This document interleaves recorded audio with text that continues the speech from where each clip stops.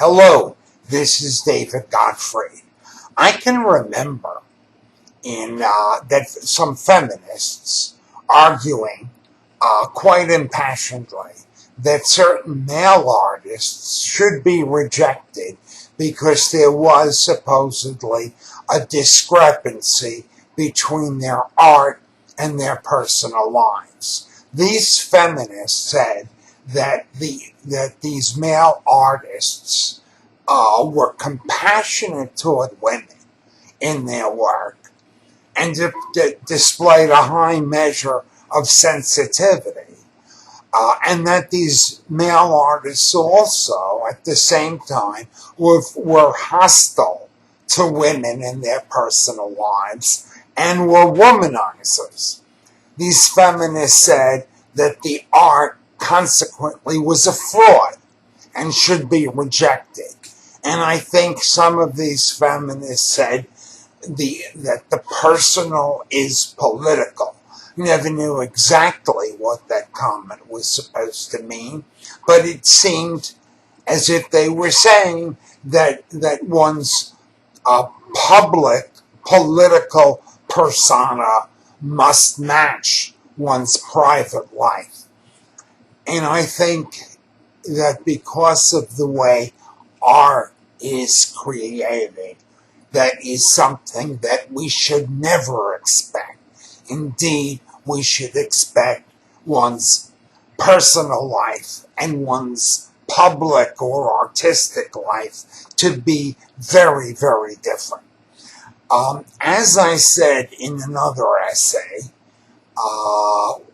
bearing the title, Why Bad Worlds Create Good Art and Good Worlds Create Bad Art, Friedrich Nietzsche in The Birth of Tragedy said that the artist tries in his art to achieve that which eludes him in real life. He tries to create an art that is different from the life that he leads. This is really somewhat akin to Freud's idea of that art is sublimation.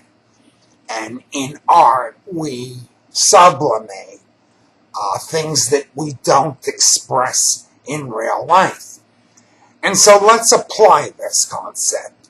I remember some feminists saying that John Lennon should be rejected and should be discarded, these feminists said, because although he had songs which were very sensitive in their outlook towards women, in his personal life, that man could be a bruiser. In his personal life, he was known to treat women like disposable pussies.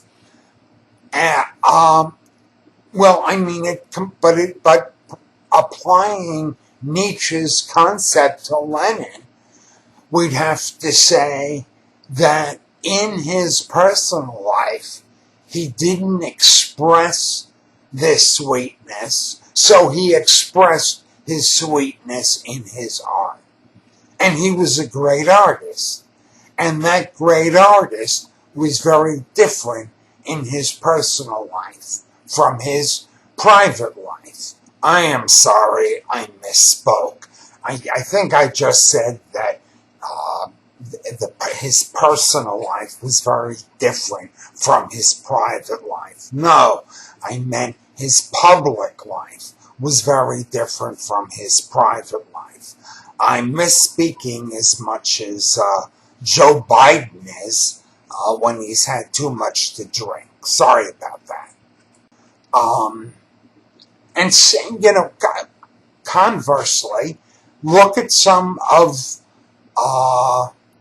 the better gay artists that we've had. Look at Elton John. Elton John gave us a real stick of dynamite of a song packed with a tremendous amount of energy when he gave us Saturday Night's All Right for Fighting. Now, Elton John is bisexual or gay. Saturday Night's All Right for Fighting is a furious, tough, He-Man, kick-ass, unequivocally straight rocker. And so what do we see in Elton John? He is expressing in his art that which eludes him in real life. So we shouldn't denounce him for having art that is dishonest because his art doesn't deviates from his real life. I mean, that would be utterly stupid.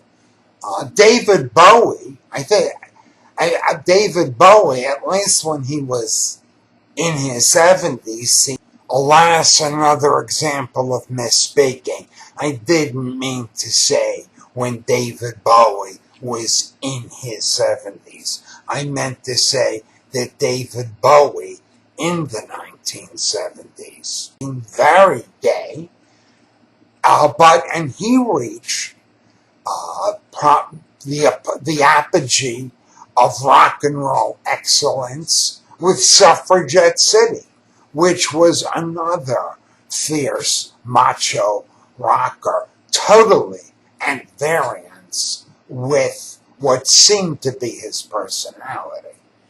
Although, I guess I should qualify all that. We don't really know what his personality was. At least I don't, because what he projected in his images might have all been, was in large measure a fabrication. But in any event, I think you get my point.